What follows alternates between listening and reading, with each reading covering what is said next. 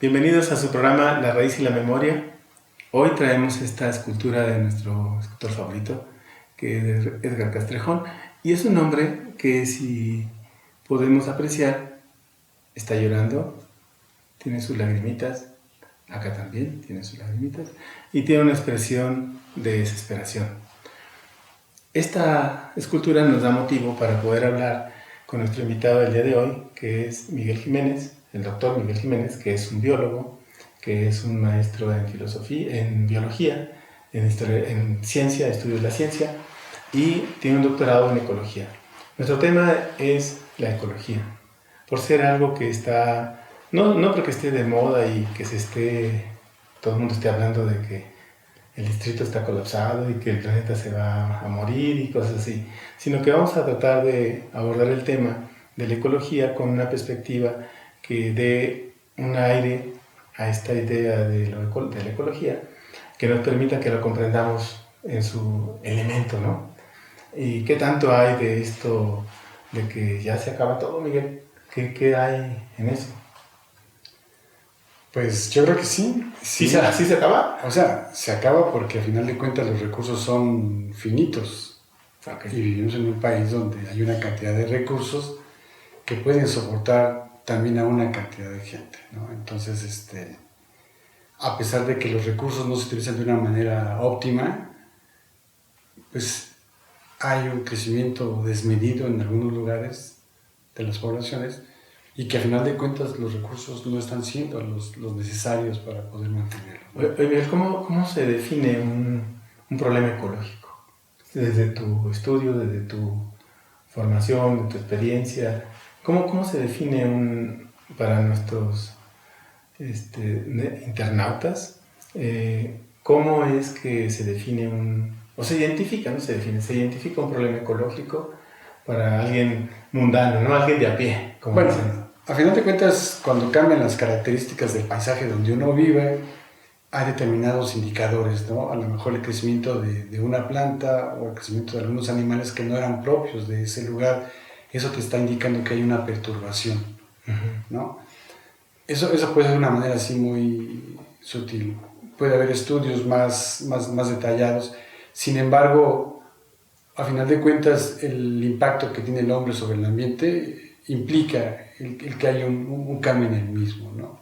Sin embargo, hay cambios que pueden resarcirse de una manera pronta y hay cambios donde sus efectos son muy grandes y la resarcción pues es difícil, ¿no? A ver, ¿por qué no nos ilustras con un ejemplo donde el cambio es fácil, ¿no? Restablecer el orden? Perdón. Y la otra es cuando es muy complicado, que es difícil. Bueno, por ejemplo, en las zonas selváticas mexicanas hay un sistema de producción que se llama sistema de roza, tumba y quema. Los antiguos mayas cortaban determinadas parcelas, ¿sí?, con la finalidad de hacer claros para sembrar ya sea maíz o frijol. Y después esas parcelas se abandonaban y se restauraban de manera natural. O sea, volvió a aparecer otra vez los árboles. Sí, se llama sucesión en términos ecológicos. Es una regeneración natural. Sin embargo, debido al crecimiento poblacional incluso, pues ya las parcelas fueron siendo cada vez más grandes e implicaba un tiempo mayor de restauración. Y muchas de ellas ya tampoco se volvieron a recuperar. Y no se restauraba de manera natural, pues tardaba mucho más tiempo. Entonces, eso puede ser un ejemplo así relativamente sencillo donde si la perturbación es muy grande, la recuperación también tiende a ser mucho mayor, porque al final de cuentas dentro de un lugar se requieren recursos como agua, como alimento, como la misma flora, las mismas relaciones con la fauna que permiten que se restablezcan. Entonces, al momento de afectar un lugar, pues vas a desequilibrar el ambiente, ¿no? Entonces, si la afectación es pequeña, pues se restaura de una manera pronta. Pero si la afectación es muy grande, pues obvio que va a tardar mucho tiempo y hay veces que no hay manera. No hay manera, ¿no? Entonces quiere decir que si algo tarda mucho tiempo, aquello se erosiona, se hace desértico o surgen otras cosas que no son ya del lugar? Pues generalmente se producen erosiones, ya sea hídricas o por parte del aire, que no permiten la restauración de un lugar, ¿no? Un ejemplo muy clásico también son los alrededores de la Ciudad de México, que eran zonas de bosque, por ejemplo en la parte de Puebla, de pino y encino. En esas zonas fueron taladas para meter cebada para la producción de cerveza. Entonces, se afectó el ambiente, ya no había una restauración de toda la zona del arbolado, y tiene implicaciones climáticas con respecto a la Ciudad de México. Ya no llueve. No llueve, y cuando llueve no hay manera de retener también el agua, y generalmente por eso hay inundaciones también. Que no son desastres naturales. Pues no, son provocados por el hombre. O sea, no hay nada natural en eso. No. Es un asunto de la acción humana haciendo eso. Sí. Entonces, cuando nos enteramos de esto, Miguel, hay un punto que a mí creo que a muchos de los que nos ven también les preocupa. ¿Cómo entonces el futuro, si es difícil esto de restablecer, cómo buscar opción? O sea, ¿tenemos que invadir otro lugar o echar a perder otro lugar? ¿O cuál es la opción que se ve o para dónde, pues? Sí. En ecología hay un principio que se llama capacidad de soporte, capacidad de carga, que te dice qué cantidad de individuos puede estar en un lugar dado. Supongamos, tú tienes una pecera para 6 peces, si le pones 8, ya pasó su capacidad de soporte. Hay conflicto ahí. Puede haber conflicto entre los mismos peces por el espacio, por el alimento. Tu mismo cuerpo te lo dice, ¿no? Lo que estábamos comentando, si tú requieres determinada cantidad de alimento por día, supongamos unos 150 gramos, y comes de más, el cuerpo no responde de una manera normal. Tienes problemas digestivos. Ese pequeño espacio ecológico equilibrado se altera. Sí, también, ¿no? A nivel bacteriano. Entonces,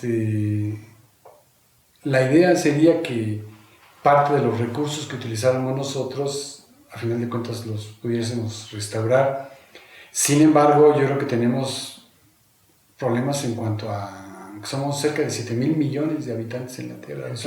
Son muchos. Y de esos, la mitad están casi en China y en la India. Y otra parte en la zona norte de la Tierra, que hace uso de los recursos de todas las franjas tropicales, ¿no? Entonces, hay una equitatividad en cuanto a la utilización de recursos por índoles económicas, ¿no? También muy severas. Entonces, pues yo creo que de las alternativas es, no sé, desde mi punto de vista, es que haya una regulación de la misma población, no así que te diga, tú nada más vas a tener un hijo, no, pero que haya una regulación en el sentido de que no se puede sobrepasar ya más, porque el planeta no puede dar más agua, no puede porque no lo tiene. No podemos dar tanto alimento porque tampoco lo hay. O sea, hay una producción de alimentos limitada, aunque se desperdicia mucho. Sin embargo, no hay una distribución equitativa de ese tipo de recursos, ¿no? Por la misma sociedad capitalista donde estamos, pues sí, implica ganancias. Yo creo que eso es una de las cosas importantes. Otra de las cosas es, a nivel global, el estar restaurando, reforestando zonas que ya fueron impactadas. Hay una película que hizo un fotógrafo que se llama Sebastião Salgueiro, que se llama La sal de la tierra. Sí, y es un documental que al principio es muy devastador, te conmociona mucho, te consterna, pero a final de cuentas también te da alternativas, ¿no? Bueno, pues hay que restaurar, y si restauramos hay posibilidad también de tratar de llegar a un equilibrio, ¿no? Junto con algunas de las especies que hay en nuestro planeta, ¿no? Porque también están desapareciendo a un ritmo muy, muy vertiginoso, ¿no? Se dice que hemos desaparecido el 99% de las especies en el globo. No tengo el dato exacto. De lo que sí te puedo decir es que casi en el 2024 por lo menos el 80% de todas las especies de mamíferos sí tienden a desaparecer por el efecto antropogénico, ¿no? Entonces sí es algo que tiene que ponernos a pensar y ver de qué manera podemos restaurar esto si queremos, pues ya no nosotros, por lo menos nuestros hijos, ¿no? O los hijos de nuestros hijos. Pero entonces, ¿cuáles serían las acciones, Miguel? Si nos ponemos así Como dice, bueno, está bien, está crítico, pero entonces, ¿son acciones políticas o son acciones económicas de los gobernantes o son acciones que nos tocan también a nosotros cotidianamente hacer algo? Yo creo que es de todo, tienen que ser políticas, tienen que ser económicas y nosotros de manera personal también, ¿no? ¿Qué puede hacer alguien de a pie, como decimos? Nosotros de pie, pues yo creo que no tener una cultura de derroche, ¿no? A final de cuentas, consumir lo que nuestro cuerpo... Lo que se requiere. Lo que se requiere. Y no utilizar, si vamos a hablar de manera personal, no utilizar, por ejemplo, envases que tardan mucho tiempo en degradarse, envases de plástico o envases de unicel, los mismos popotes que utilizamos en 20 segundos tardan años en degradarse, ¿no? Entonces hay elementos más amigables con el ambiente que pueden ser hechos de una celulosa que se degrade fácilmente, que ya los hay. Por ejemplo, en países de la Comunidad Económica Europea está prohibido ya el consumo de unicel, la utilización de unicel. Sin embargo, aquí en nuestro país pues se sigue utilizando. Seguimos tirando, nos falta educación con respecto al ambiente. Tiramos basura, tiramos plásticos, que después los plásticos van a los ríos y después de los ríos van al mar. La gente que fuma, tira colillas. O sea, tiene que haber también un respeto por parte de las personas en cuanto a no derrochar las cosas, ¿no? ¿No será que también tenemos esta parte que no queremos el lugar donde vivimos? No lo valoramos el lugar donde vivimos. Pues tiene que ver mucho con eso también, ¿no? Porque quizás ni quieren su cuerpo, entonces no quieren el planeta, pues si no quieren su familia, no quieren... No, y a final de cuentas muchas veces otorgan la culpa a otro, ¿no? Bueno, pues que lo haga, ¿no? Para eso le pago. No, yo creo que uno tiene que empezar de manera haciendo personal. Cosas. Claro que sí, ¿no? Entonces, a ver, si nosotros tenemos una acción de cuidar, no tirar esta basura, este plástico, este unicel, ya no consumir unicel, en fin, ¿eso en cuánto tiempo? Pensando en lo que decías de que tarda muy pronto, puede recuperarse un poco pronto, y luego lo otro es que es muy largo el periodo. ¿En qué periodo estamos? ¿En un periodo corto? Yo creo que en mediano, 10, 15 años. Lo que pasa es que una de las ventajas de este tipo de redes de información es que uno te permite el que la gente se dé cuenta, a final de cuentas, de que con una acción a lo mejor hormiga, todo esto puede agrandarse. Si tú le dices, el unicel no debe de ser utilizado porque tarda mucho en degradarse, está afectando a los ríos, está afectando la calidad del aire, y si lo manejas con muchas de las personas que están observando esto, incluso con los niños que son los más importantes, eso genera una cultura de respeto, primero a ellos mismos y también al ambiente. Entonces ahí podríamos empezar a hablar de educación. Claro, y eso ejercería también presión en las compañías que están produciendo todo esto. Porque puede ser que nosotros no lo consumamos, pero se sigue produciendo, claro, y alguien lo va a seguir comprando. Claro, y tiene que hacerse presión al final de cuentas con las empresas que producen esto. O sea, en Europa, pues las empresas que producen esto ya no lo hacen. Sí, pero se vinieron para los países. Pero se empieza por algo, hay una presión social. Aquí también tiene que hacerse. Aquí si se quiere hacer presión social, pues tiene que hacerse para empezar a respetar. Y no solamente cuando haya problemas tan severos como los que hubo en la Ciudad de México, ¿no? Que muchas veces nos dan alternativas que a mí también se me hacen así medio absurdas, ¿no? Bueno, vamos a hacer una pequeña pausa y ahorita hablamos de ese tema, ¿vale? Bueno, ahorita regresamos. Un momento.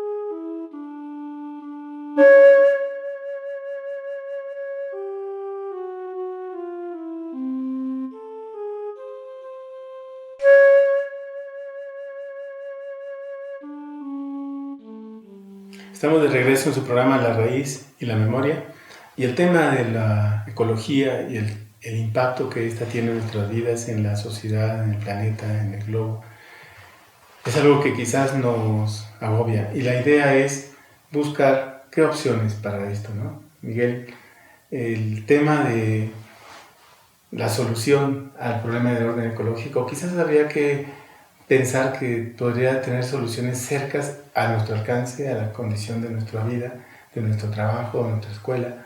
Podría pensarse que habría una pequeña solución ahí. ¿Has encontrado que haya programas, proyectos, gente que esté trabajando en este tema? Sí, hay bastantes personas con la misma preocupación, ¿no? O sea, es algo generalizado. Sí, y bueno, y más, por ejemplo, en la FES Iztacala, tengo amigos que están básicamente en contacto con comunidades para rescatar tradiciones que impactan de una manera menos grotesca al ambiente, ¿no? Entonces, ellos han trabajado en zonas muy marginadas del Valle de Tehuacán, por ejemplo, en zonas del estado de Hidalgo. Y lo interesante de esto es que no llegan ellos imponiendo sus saberes, sino comparten los saberes con las personas de esos lugares. Se establece un diálogo para tratar de ver qué es lo que puede impactar de una manera menor al ambiente y qué es lo que a ellos puede beneficiarles también, ¿no? Las comunidades tienen como un mecanismo de conocimiento de cómo se da este proceso ecológico en sus espacios. Sí, claro que sí, pues imagínate ya con años, tanto ¿no? tiempo. 500 años, sí, 600 años sí. De resistencia. Pues, ¿cómo son estas formas de cuidado? ¿Puedes ilustrarnos con algunas? Sí, se han dado casos, por ejemplo, el hecho de la utilización de algunas estufas que requieren una menor cantidad, por ejemplo, de leña para cocinar sus alimentos, ¿no?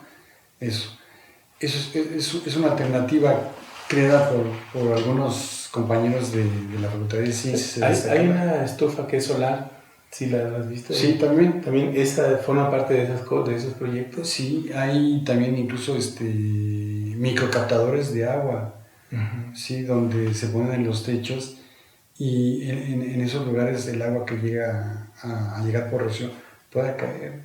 A mí me llamó la atención en África, por ejemplo, un inglés estuvo viviendo con la comunidad suajili y él en medio de la aldea ponía una especie como de cubo de telaraña. Entonces en las noches todo el vapor del aire pegaba ahí y se experimentaba el goteo. Y ellos captaban la humedad del ambiente. Algo bien interesante, por ejemplo, en Perú, lo que se llama sistema de estandartes, en toda la zona cálida, no cálida, sino la zona desértica de Perú, ponen estandartes de plástico y como llegan nubes cargadas de humedad ahí, pues chocan el estandarte y caen. Y es una manera que ellos tienen para obtener agua. Entonces, crean soluciones a partir de lo que están observando en el ambiente, pero bueno, eso a través de un diálogo de que, bueno, ¿qué me enseñas? ¿Qué te enseño? ¿Y qué puede ser mejor para nosotros? Porque al final de cuentas también hay una preocupación por parte de la gente que se forma con las personas que están más vulnerables, bueno, y ahorita al final de cuentas pues todos estamos muy vulnerables, ¿no? Hemos pasado de ser los que menos perjudicados a los más perjudicados, igual que los perjudicados de siempre. Entonces, aquí hay una relación, Miguel, ¿cómo es que alguien podría entonces recuperar un saber y luego ese saber queda ahí mismo o se puede socializar o puede llevarse a otras comunidades o puede prever algún problema también a futuro? ¿Se puede hacer eso? Yo creo que sí, la ventaja de los saberes es socializarlos, al final de cuentas, si no tenía ningún sentido el encontrarlos. Y si tiene muchas ventajas que sí las tiene, pues tratar de implementarlas, llevarlas en otro tipo de lugares, ¿no? Que eso es lo... Oye, ¿cómo este saber de las comunidades que hacen que cuidar un árbol, la cosecha no sea más allá de una frontera, ¿no? Un límite, una parcela? Y eso da como un cierto nivel de sobrevivencia o de autosustentabilidad. Hoy día muchos de los que están luchando por el medio ambiente hablan de esta propuesta, de lo autosustentable. ¿Estas comunidades sí son autosustentables en realidad o dependen mucho de afuera? Pregunto esto por una razón. Se dice que hay un problema nacional de alimentación. En esta lógica, ¿sería factible entonces que nosotros fuéramos autosustentables en esta perspectiva de autonomía alimentaria? ¿O tenemos que depender siempre de alguien del exterior? Pues por lo menos en cuanto a maíz y frijol, sí lo era en nuestro país, ¿no? El problema es que las tierras que están mejor dotadas, pues las tienen las personas que tienen mayor riqueza. Y muchas veces las tierras que están en marginación, pues están destinadas a los campesinos más pobres también. Sin embargo, ellos han sobrevivido, ¿no? No sé, ellos le hacen y le buscan y le encuentran, y esa era la idea, de que tengamos por lo menos lo mínimo para, en el caso de una seguridad alimentaria, pues sí. Sin embargo, nosotros pues dependemos a veces de lo que ellos hagan, de lo que ellos produzcan. Por ejemplo, Xochimilco era el soporte alimentario de la cultura mexica. Incluso muchas de las verduras que se consumen en la actualidad pues, se producen ahí, se producen rápido. ¿Sí? El sistema de Chinampa es un sistema que puede producir sustentabilidad. Sin embargo, en un sistema, si nos vamos a lo económico como capitalista, pues la idea de sustentabilidad pues, sería absurda. ¿Por qué? Porque un sistema capitalista lo que le importa es el dinero. La producción y la producción. Sí, valiéndole el ambiente, ¿no? Al final de cuentas. Pero entonces, si parece ser que no se va a destruir este sistema capitalista, pues estamos un poco ahorcados. ¿O cuál es la opción dentro de esto? Tiene que haber algo que llame la atención, porque si no esto pues se está destruyendo, las tierras se están salinizando, los cuerpos de agua están disminuyendo. Hay estudios que sugieren que los cuerpos de agua, por ejemplo, en la Ciudad de México en 40 años van a desaparecer. Sin embargo, todo eso también depende de políticas, y si por ejemplo tenemos un tipo en los Estados Unidos que no entiende del ambiente y menciona que los problemas climáticos no existen, pues ya desde ahí tenemos un problema tan severo, ¿no? Se tiene que hacer notar que al final de cuentas el problema que hay es un problema muy severo y hay que atacarlo desde diferentes perspectivas, la económica, la social, ¿sí? Y en este caso la científica. Pero entonces, y a nivel nacional, pues lo mismo.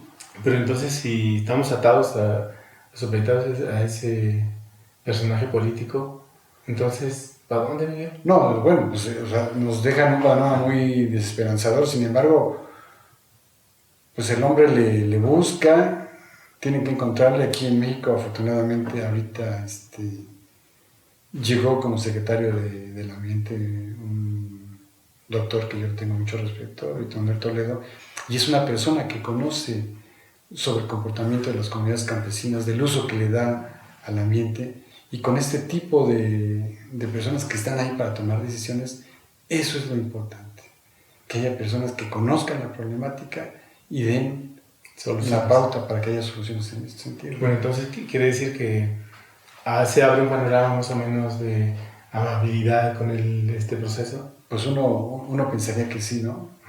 Porque si es así, entonces quiere decir que el país, en términos de producción de alimento, puede ser que tenga sus bajas, pero puede empujar en 4 años, 3 años. O sea, puede mejorar esta condición. Sí, te voy a dar dos ejemplos. Resulta paradójico que el país produzca maíz, pero no para consumo humano, sino para que los cerdos se alimenten. Cuando tenemos necesidades de hambre, pues ¿cómo lo van a dar los cerdos si tenemos necesidades de alimentación? En la zona de Baja California era una zona que tenía ventajas para la producción, la pesca de sardina y anchoveta, pero como no hay una cultura de consumo de pescado, muchas veces toda esa pesca se pierde y se produce harina de pescado para alimentar a los cerdos. A los cerdos y a las gallinas. Sí. Entonces yo creo que también tenemos que ver una diversificación alimentaria de acuerdo a nuestras características culturales. No somos un pueblo de maíz, de frijol, de chile. Sin embargo, bueno, pues también hay que buscar alternativas bueno, que pueden ser viables con respecto a la minería. Entonces quiere decir que el movimiento de transformación tiene que implicar más procesos. Claro. Entonces no es un asunto solamente de siembra, maíz y frijol y calabaza y ahí no lo llevamos. No. Hay que ir variando. Hay que ver qué tierras están degradadas, cómo podrían restaurarse. ¿Sí se pueden recuperar? Pues en algunos casos yo creo que sí, ¿no? Hay que ver el grado de deterioro que tienen. Pero aún así cuando estuvieran vamos a ser muy enfermas o muy malas, muy mal las tierras, ¿existe la posibilidad de volver a hacer recuperación? Yo creo que sí, hay una gran cantidad de tecnología que está surgiendo, por ejemplo, para utilizar zonas que están degradadas por un incremento de sal, ¿sí? Y hay plantas que pueden vivir en zonas muy salinas, que pueden ser utilizables, ¿sí? Zonas que pueden restaurarse, que alguna vez fueron perturbadas por efecto de petróleo, también tendrían que depurarse. Hay plantas que recuperan esos elementos contaminantes, ¿no? Por ejemplo, en el caso de las zonas del Valle del Yaqui y el Mayo, que eran los graneros del país, Sí. están salinizados. Entonces se está buscando, ¿sí? Aquí ya a nivel científico, ¿sí? ¿Qué plantas pueden tolerar, ¿no? Esos niveles de salinidad y que produzcan, por ejemplo, proteínas, ¿no? Sí, sí. Entonces, eso es lo importante. Y que esta gente que esté en el poder sabe de eso, dices. Pues sabe de eso. Okay. Sí. Yo creo que uno de los problemas también que no hemos hablado aquí es muy importante, es un problema de corrupción que tenemos en nuestro país, ¿no? Bueno, ese tema, vamos a hablar de él. Okay. Sí, vamos a tocarlo, quizás lo hacemos en el siguiente bloque, pero Pues, porque es un tema muy árido, muy complicado y que ese rostro pues no se ve y no se ve, ¿no? Es algo así como ambivalente. Pero volviendo un poco a este tema de las tierras, de la producción, me interesa mucho este tema de la autosustentabilidad. Si nosotros somos autosustentables, podemos entonces desarrollarnos en todas nuestras capacidades. Sí, pero hay que ver autosustentables en qué. Vamos a pensar en alimento. Alimento y tecnología o estas formas de transformación de los espacios, ¿no?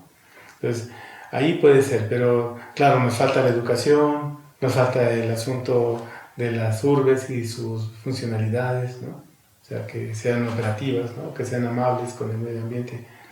Bueno, creo que por ahí podríamos un poco discutirlo, ¿no? Pero, Miguel, el tema de esta autosustentabilidad, nosotros la manejamos como la autosustentabilidad en el cuerpo. Okay. O sea, un cuerpo autosustentable puede ser aquel que tenga los elementos necesarios para no morir de cáncer prematuramente, ¿no? O sea, un sabor, una emoción, un cuerpo sano, equilibrado, unas relaciones humanas sanas. Entonces puede ser una vida longeva, bien. Pero cuando esto no sucede, quiere decir que afuera está roto igual. Claro. Entonces, coincidimos un poco en este punto. O sea, si afuera está mal, adentro está mal. Entonces, si eso sucede, quiere decir que hay otro elemento que está de fondo, que es la relación humana donde se produce una corrupción. Y de eso vamos a hablar en el siguiente bloque. Vamos a hacer una pequeña pausa y ahorita regresamos.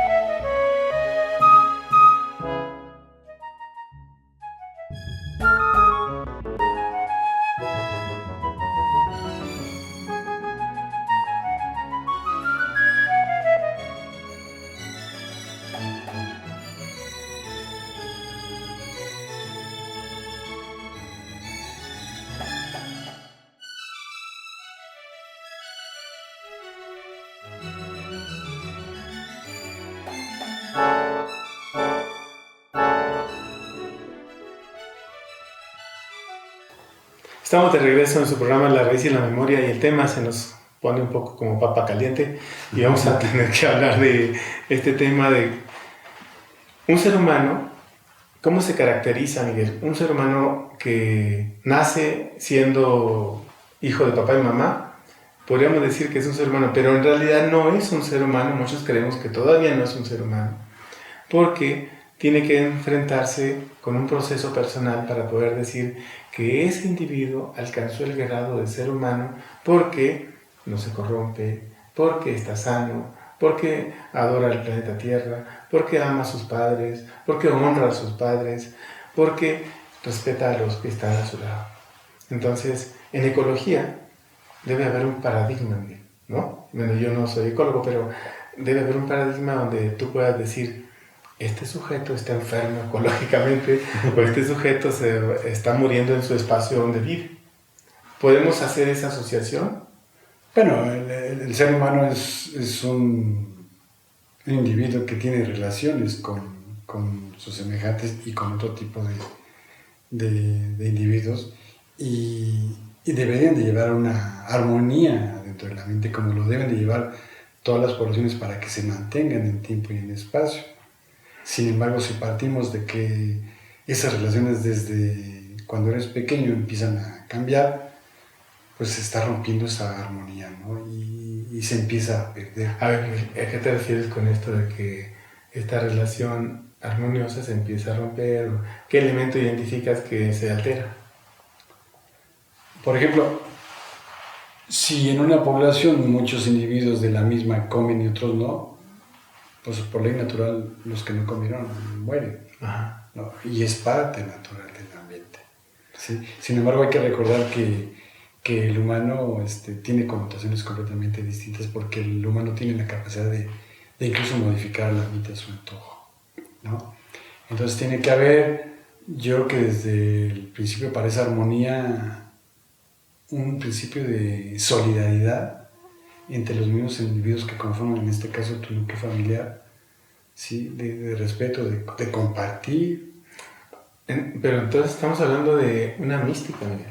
O sea, una mística de vida.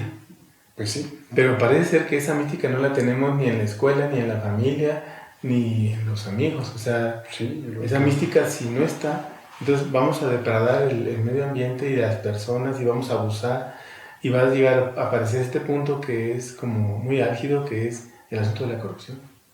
Sí. Entonces, si se corrompe un sujeto, entonces no tiene muchas posibilidades de estar sano. Ni de mantener al ambiente, porque al final de cuentas, mientras él tenga lana, obteniéndola por los medios que sean, a lo mejor hasta que muchas veces por los medios de corrupción, pues el ambiente le viene valiendo al final de cuentas, ¿no? Pero entonces eso impregna más como modelo. O sea, mucha gente que ve ese modelo dice, pues está bien, ¿no? O sea, no trabaja, tiene lana. O sea, quitó a alguien del camino, lo sobornó, lo eliminó, lo pisoteó y está bien. Bueno, pero esta actitud es una actitud al final de depredadora de la condición humana. Sí, yo lo creo que sí. Entonces, si es una actitud de depredación de la condición humana, quiere decir que debería haber un contra de eso. Mire. Pues debería. El problema es que aquí la misma sociedad te condiciona para valorarte por cuánto tienes, no cuánto eres, ¿no? Yo creo que es uno de los problemas que tenemos. Y dentro de la misma familia a veces también te condicionan de esa manera. Mi hijo es exitoso porque pues tiene dinero, porque tiene una casa, porque vive de una manera económicamente mejor a mis otros hijos en ese sentido, ¿no? Pero ahí hay un punto que yo quisiera que lo bajáramos a esta idea de que esa acción tiene un impacto en un bosque, en un río, en un lago, en una especie, ¿no? Tiene un impacto.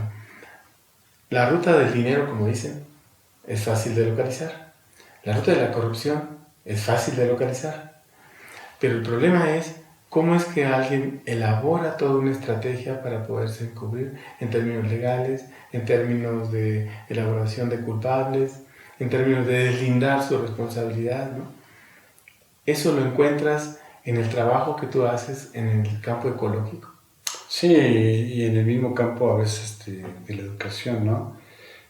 Porque muchas veces el hecho de que haya profesores que tengan puestos que no lo merecen en términos académicos, sin embargo, por los nexos que tienen se los dan, ¿no? Se los otorgan. En la parte ambiental, pues lo mismo, hay personas que dirigen determinado sector, por ejemplo, de bosques o sector de producción de zonas no maderables, no tanto por los méritos que tengan de conocimiento legal, sino por los nexos con las personas que están en el poder. Y a final de cuentas, pues no hay un cuidado del ambiente. Pero entonces quiere decir que ahí en ese contexto, esas personas no tienen ningún vínculo con el principio de la vida. No, yo creo que no. Pero si no hay ningún principio de la vida y ellos están en el poder, oye, está crítico el asunto. Sí.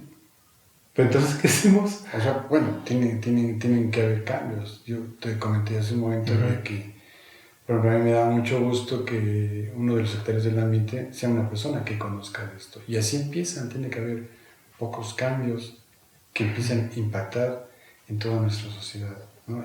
O, por ejemplo, nosotros con nuestros hijos, ¿no? Ellos ya saben que si utilizan popotes o unicel o algo con plástico, va a deteriorar el ambiente, que tienen que colectar la basura, que cierto tipo de basura se puede reutilizar, ¿no?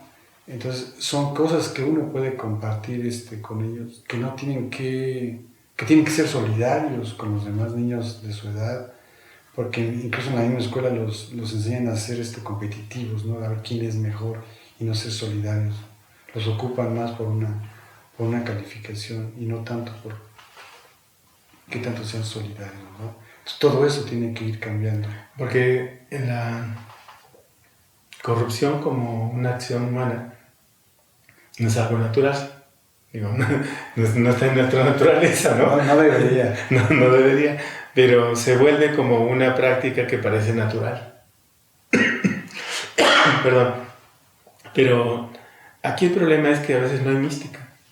¿Has encontrado esa falta de mística en trabajadores, en profesionales de pares tuyos que dicen, déjalo así, hombre, al cabo no pasa nada? Sí, claro. Déjalo así.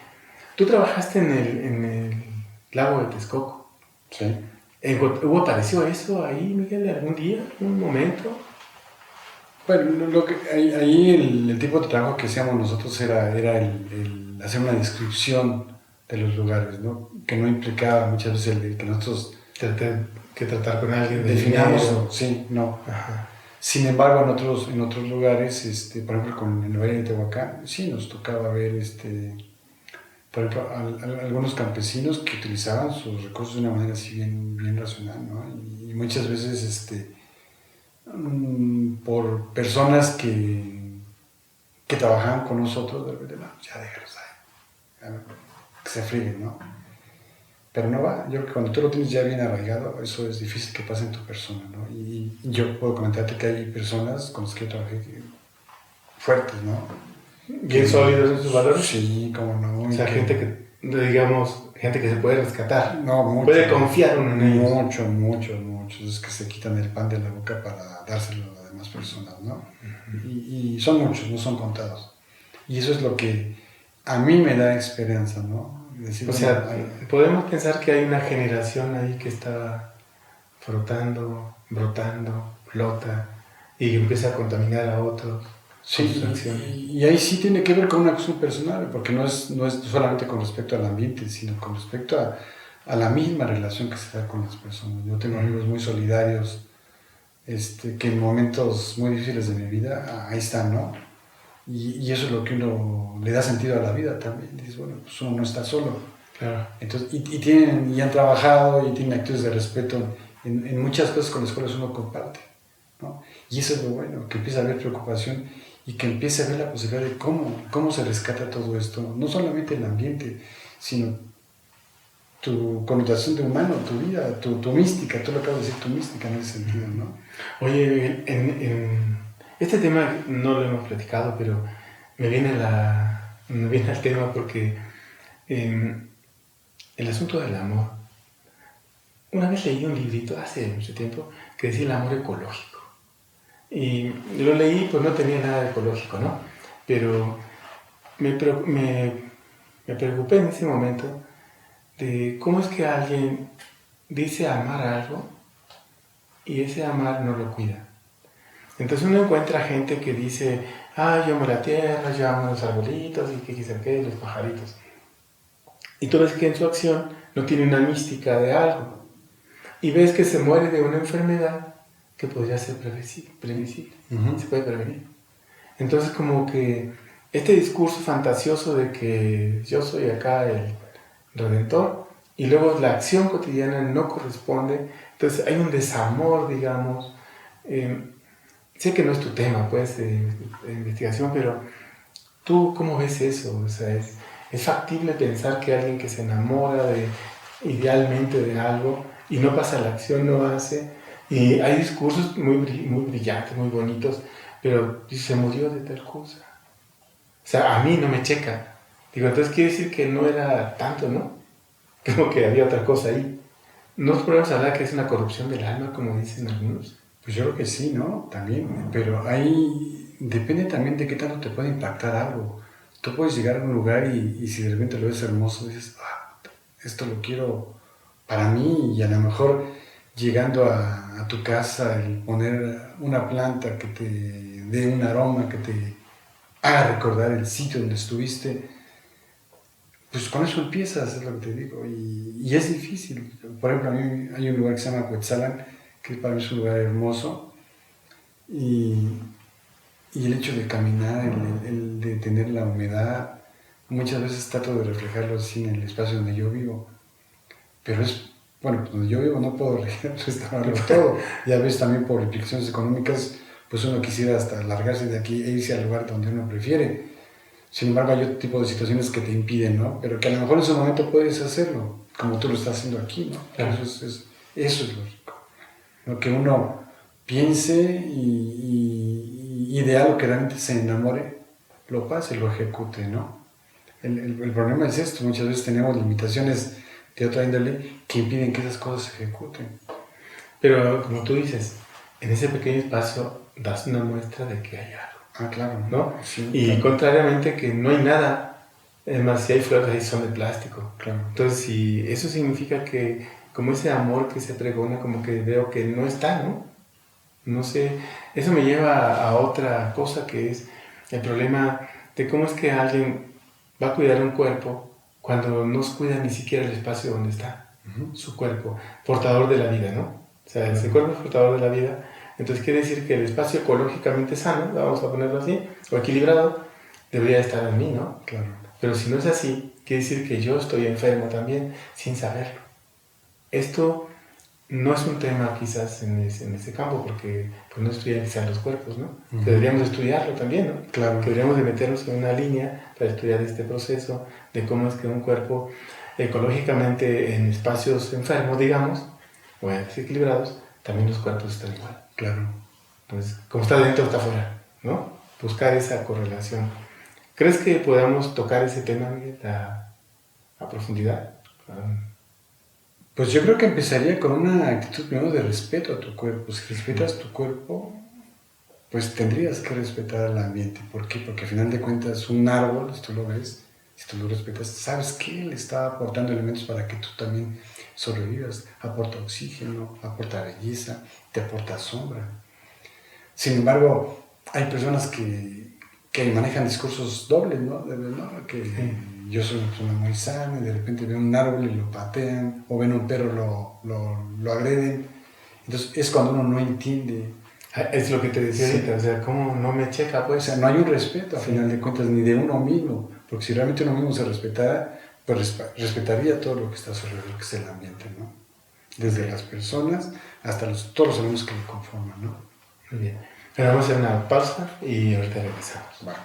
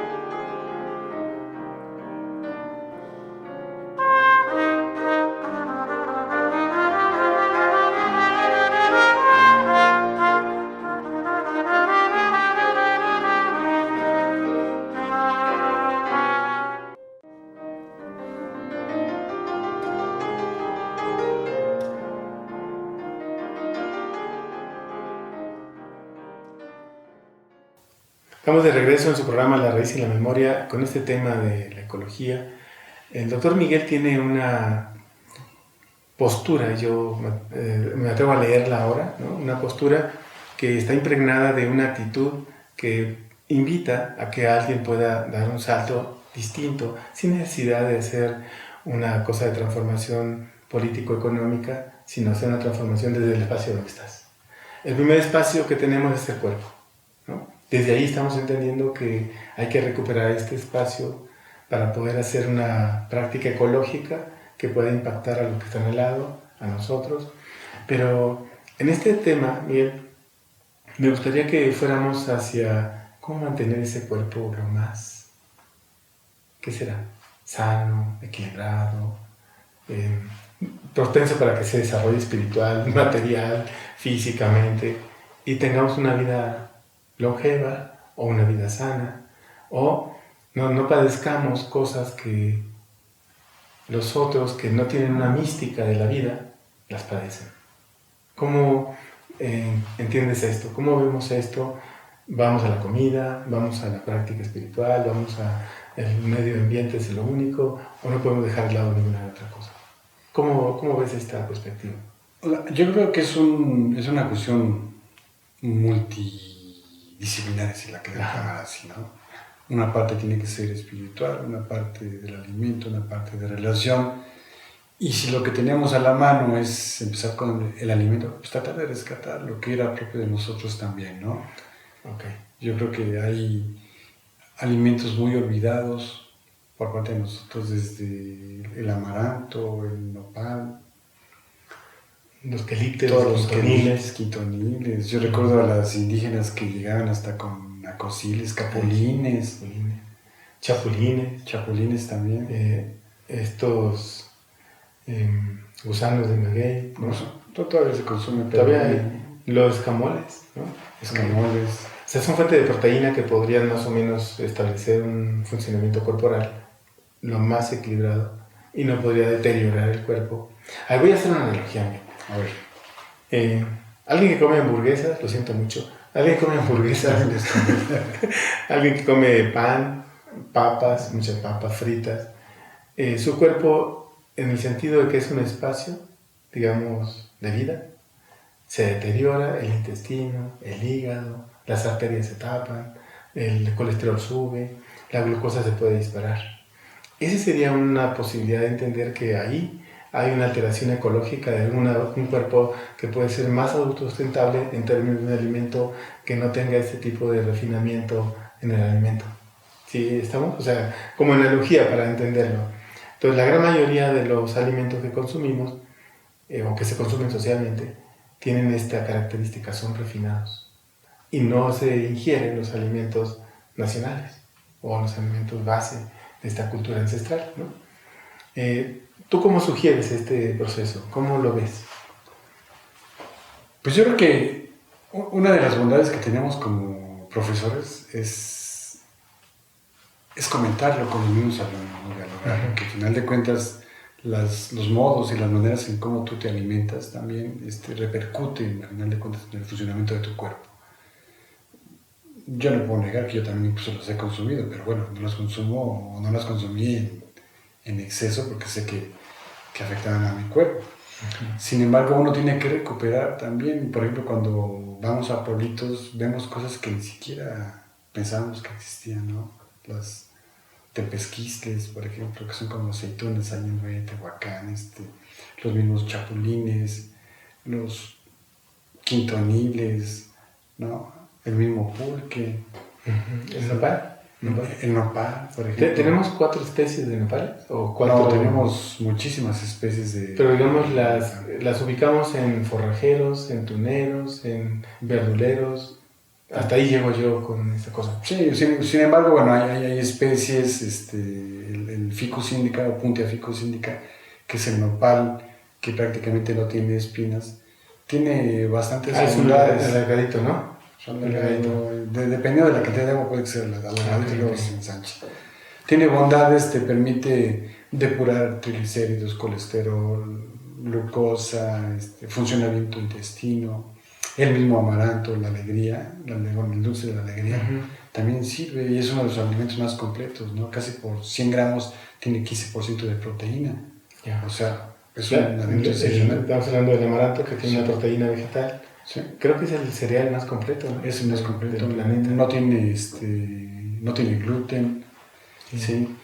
Tenemos, por ejemplo, en la zona del sureste tenemos un árbol que se llama ramón, que produce semillas y también tiene un porcentaje, casi el 6% de proteínas, que normalmente en la zona de Yucatán y en Guatemala se utiliza tanto para hacer tamales, para hacer atoles, un sinfín de alimentos, ¿no? Y normalmente eso permite que tengas también una alimentación mucho más sana, ¿no? Entonces yo creo que desde ahí también tenemos que empezar a recuperar, ¿no? Oye, sabemos que cuando alguien se alimenta bien, no es sinónimo de que pueda pensar bien, ¿no? O sea, pero sí le ayuda. Pero sí le ayuda. O sea, sí hay una ayuda ahí para pensar. Esta idea de meter un alimento del lugar, de la zona geográfica, de tu tradición, puede también desarrollarte el amor a esos lugares, ese gusto a esos lugares. Yo creo que sí. ¿Sí? ¿Te ha pasado eso cuando vas a...? Sí, claro. Yo incluso cuando vengo aquí a Teotihuacán, llego a Teotihuacán y veo los nopales, veo los magueyes, eso genera en mí un sentimiento de alegría, ¿no? Solo el hecho de verlos, ¿no? O incluso ayer que pasé por la Avenida Insurgentes, en los camellones de la Avenida Insurgentes están hay unos magueyes, restaurantes con magueyes, con nopales. Sí, ¿en Equén o cómo se llama la tequila? No, en la agave tequilana. ¿Hay una agave? Sí, hay agave tequilana, hay agaves pulqueros, hay un sinfín de plantas cactáceas. Y eso también generó en mí una empatía, porque bueno, están utilizando ya plantas para restaurar y que van acorde al ambiente, ¿no? Y es que sabemos, en el Ciudad de México también se reforestó con plantas traídas desde diferentes lugares, ¿no? Sí, por ejemplo, el eucalipto y el pirul no son de la zona. No.